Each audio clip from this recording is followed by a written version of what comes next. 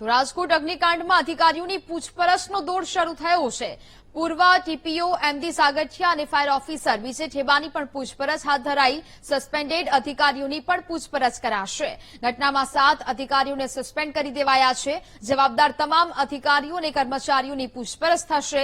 જરૂર જણાશે તો સરકારી કર્મચારી વિરુદ્ધ પોલીસ કાર્યવાહી કરશે। સંવાદદાતા ભાવેશ આપણી સાથે જોડાયેલા છે। ભાવેશ, રાજકોટ અગ્નિકાંડમાં હવે અધિકારીઓની પૂછપરછનો દોર છે તે પણ હવે જોવા મળી રહ્યો છે। હાલ કયા કયા અધિકારીઓની પૂછપરછ થઈ રહી છે, શું કાર્યવાહી થઈ રહી છે હાલ?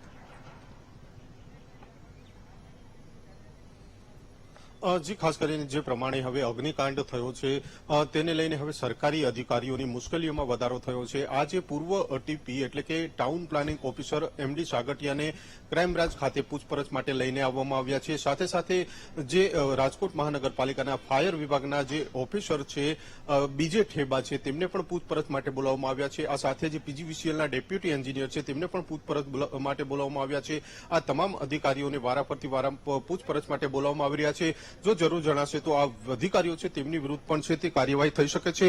આપ સીધા દ્રશ્યો જોઈ શકો છો। હાલ જે આ અધિકારીઓ છે સરકારી અધિકારીઓ તેમની શું ભૂમિકા હતી તેને લઈને તેમની વધુ પૂછપરછ હાથ ધરવામાં આવી રહી છે। સાથે સાથે જે પીજીવીસીએલનું જે કનેક્શન હતું, વીજનું કનેક્શન, તે કનેક્શન ગેરકાયદેસર હતું, કાયદેસર હતું, તેને લઈને પણ પૂછપરછ હાથ ધરવામાં આવી રહી છે। જ્યારે ફાયર વિભાગના ઓફિસર છે બીજે ઠેબા, તેઓ પણ આ ઘટનાના મુખ્ય સાક્ષી હતા। એટલે કે જ્યારે આગ લાગવાની ઘટના બની હતી ત્યારે તેઓ પણ ફાયર ફાઈટર અને પોતાની ટીમ સાથે ઘટના સ્થળે પહોંચ્યા હતા અને તેમને લોકોને બચાવવાની કામગીરી પણ હાથ ધરી હતી। એટલે કે તેમનું પણ નિવેદન મહત્વનું માનવામાં આવી રહ્યું છે। તેઓ અલગ અલગ દસ્તાવેજ સાથે હાલ ક્રાઇમ બ્રાન્ચ ખાતે રજૂ થયા છે। જ્યારે પૂર્વ જે ટીપીઓ છે એમડી સાગઠિયા, તેમનો પણ મહત્વનો રોલ માનવામાં આવી રહ્યો છે, કારણ કે જે બાંધકામની મંજૂરી હોય છે તે ટીપી શાખામાંથી આપવામાં આવતી હોય છે। એટલે કે આ જે અગ્નિકાંડ થયો છે ત્યારે તાત્કાલિક જે એમડી સાગઠિયા છે તેમને પદ ઉપરથી દૂર કરવામાં આવ્યા હતા અને આજે તેમને છે તે પૂછપરછ માટે બોલાવવામાં આવ્યા છે। આ સિવાયના 7 જેટલા અલગ અલગ વિભાગના અધિકારીઓને સસ્પેન્ડ કરવામાં આવ્યા છે।